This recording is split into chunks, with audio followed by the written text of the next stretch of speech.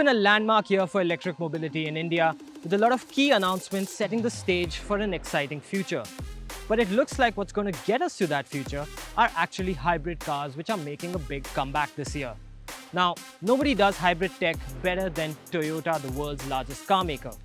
And because nobody does economies of scale better than Maruti Suzuki, which is India's largest car maker, the two have decided to join forces to create two identical vehicles. One being the Toyota Hyryder, which we saw earlier this month, and the other half of that equation is this, the all-new Maruti Suzuki Grand Vitara, which marks Maruti's long-awaited comeback to the mid-size SUV space. The all-new Grand Vitara is returning to the market after nearly 15 years. Unlike the old imported Grand Vitara, the new one ditches the V6 and stepney for a more contemporary locally assembled body, with a chrome-bordered grille, LED DRLs and headlamps placed on the bumper. In profile, it's sleek, with overhangs designed for proper off-roading and a greenhouse that offers a clear view of the outdoors.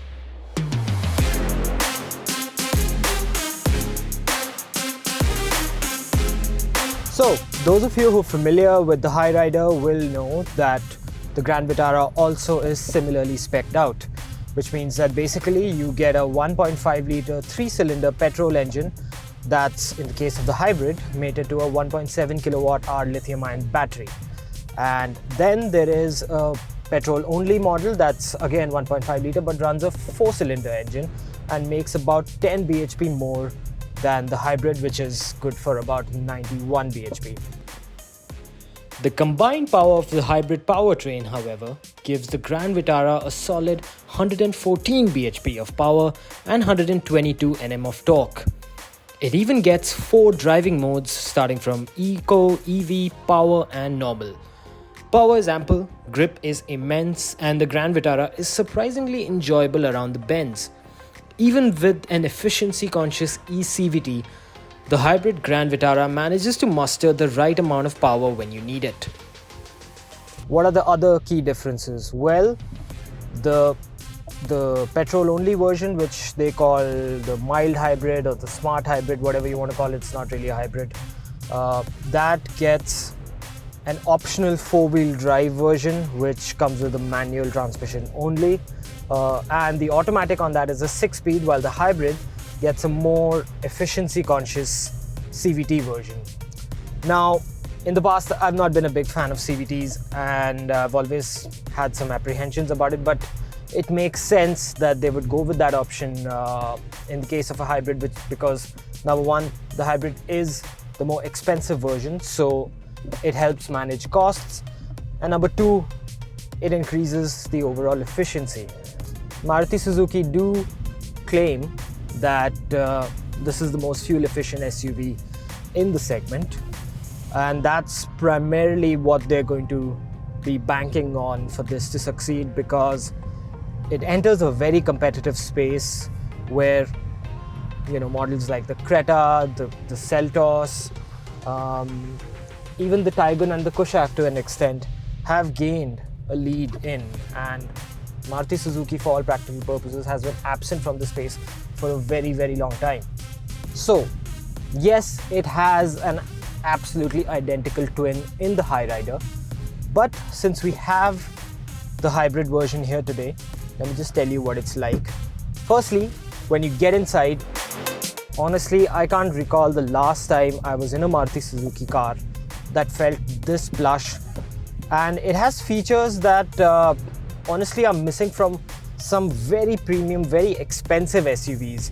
So as soon as you get in, there is a 360-degree camera that scans the whole surface around you, and the central touchscreen console gives you a view of the entire surrounding area. Then there's the fact that there's this heads-up display unit that rises very dramatically.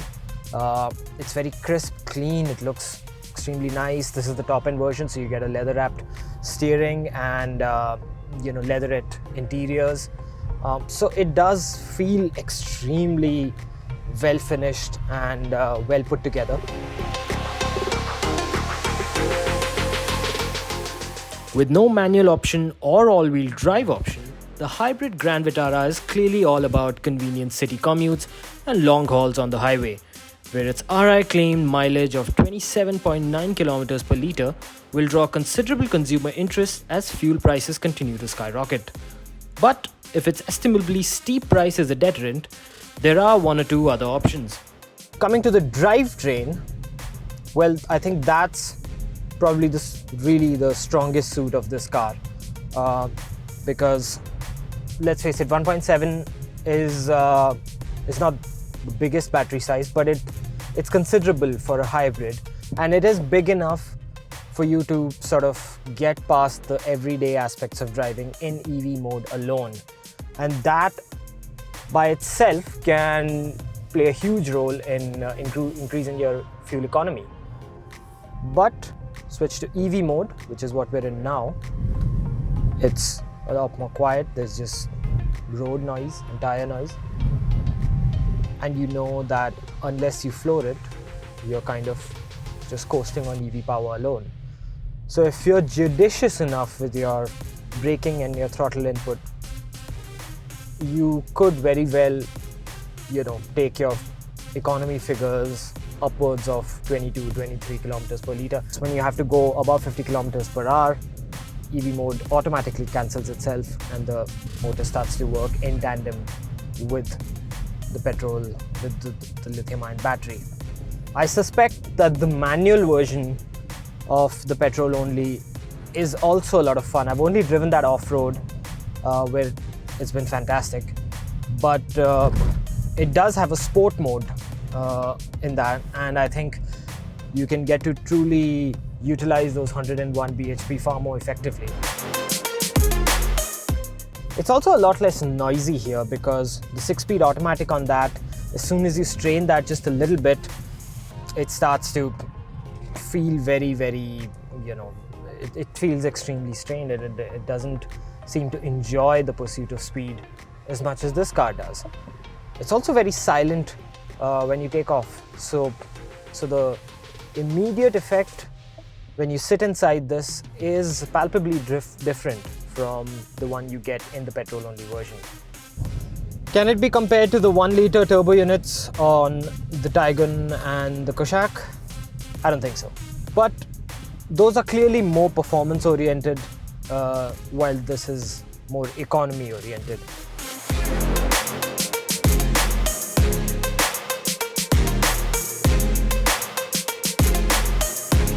I have to say that even with the bumps that we usually encounter and on broken roads like this, the hybrid Grand Vitara tends to ride a little better than the mild hybrid or the petrol-only version. That's because it doesn't bounce as much at the back. This isn't just my feedback. Anyone who sat at the back has told me the same thing, because the weight of the battery at the back tends to make it a little less bouncy. Another benefit is that if I were to let go of the throttle and the brake, as I have just now, you slot it into B, which helps with the regenerative braking.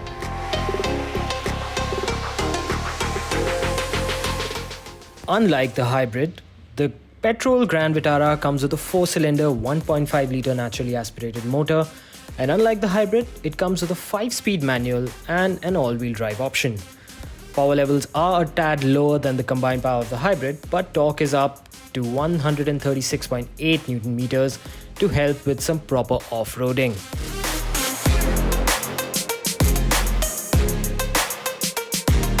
Maruti Suzuki, as you know, has been very conspicuously absent from the mid-size SUV segment for a really long time. And even though it still continues to be the largest car maker in the country, being absent in such a competitive space has come at a considerable disadvantage for the brand that it seeks to now cover with this. The Grand Vitara name has been around for a while. It operated in India in the early 2000s, and it was certainly one of the more premium offerings from Maruti Suzuki at that point. Utilizing that name and offering a hybrid in a space where there is none is how Maruti Suzuki aims to get back on top of the segment. And whether it can do that or not is another question, because let's face it, the space has gotten very competitive in the time. The Creta has surged ahead as the segment leader, and others like the Seltos and the VW Tiguan and Kushaq aren't entirely too far behind. It's also the only car in the segment to offer proper all-wheel drive off-roading ability, apart from the Toyota Hyryder, of course. But while that's reserved only for the 5-speed manual version, the automatic option which comes with the front-wheel drive can leave you wanting for a bit more. The 6-speed automatic is paddle assisted, of course, but even here it fails to alter the linear nature of the 4-cylinder motor, which, unassisted by the 1.7 kWh battery, marks a sharp contrast when pitted against the hybrid despite its added cylinder. Now, this is where the automatic starts to show its limitations. On hill climbs like these, in drive mode, suddenly all that talk about spirited driving and SUV, butch stance, performance, etc., everything starts to wither away because, as you can see, it is kind of struggling. And you'd think it would get better with the paddles when you slot it down into manual, but even in first, it's a little noisy and it's not quite as eager as you can tell. Of course, efficiency is the name of the game, and Maruti is banking on fuel efficiency to really be the factor that differentiates this from the competition. But I don't know if people are fuel efficiency conscious and economy conscious to the extent that they're willing to overlook such lethargic performance, especially on a nice winding road where if you've gone for a road trip with your family, and you certainly can, you have the room, you have all the features and the comfort for it, you're going to find yourself a little shortchanged, because even when you do shift down, there is a groan and it just doesn't respond the way some of its more powerful, sprightlier competitors would. And that's something you might want to consider when buying, because the manual version of this is a tad more fuel efficient with about 21.7 kilometers per liter claimed. This, of course, being the top end automatic version, gets a leather wrapped steering, 360-degree camera, ventilated seats, 6 airbags which are optional. It's a pretty nice dual tone interior. It's a really comfortable, spacious car to be in. You've got LED DRLs, so it really is a lot more upscale than the Grand Vitara has been in the past. Hybrid efficiency and performance aside, it's really the 4x4 system that leaves you gobsmacked. And while the Jimny is on the way, Maruti Suzuki is going to try and eat into Mahindra territory, because when it comes to mud and ruts, this thing can dance. It gets a hill hold assist feature, an auto option along with snow and performance settings. Switch to snow and press the lock button. The car goes into full all-wheel drive mode, which, along with its fantastic front camera, allows for precise wheel articulation in some fairly treacherous terrain.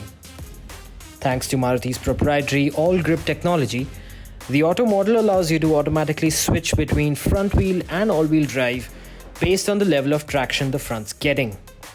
Having driven it over ice blocks, ditches, slush, and steep crests, I can safely say this car has some serious off-roading chops. With the top-end versions of the petrol and hybrid Hyryder topping out at 17 and 19 lakhs respectively, it's easy to make an educated guess about what the soon-to-be launched Vitara's pricing will be. When launched, it will go up against a vast army of mid-size SUVs, from the best-selling Hyundai Creta to the Skoda Kushaq, VW Tiguan, Tata Harrier, MG Hector and the Kia Seltos, neither of which have a hybrid or 4x4 option. They also don't have Maruti Suzuki's extensive service network, even if they do offer arguably better performance. Can the Grand Vitara make hybrids mainstream? Are people going to be willing to shell out over 20 lakhs for a car bearing the Maruti Suzuki name? We'll find out soon enough.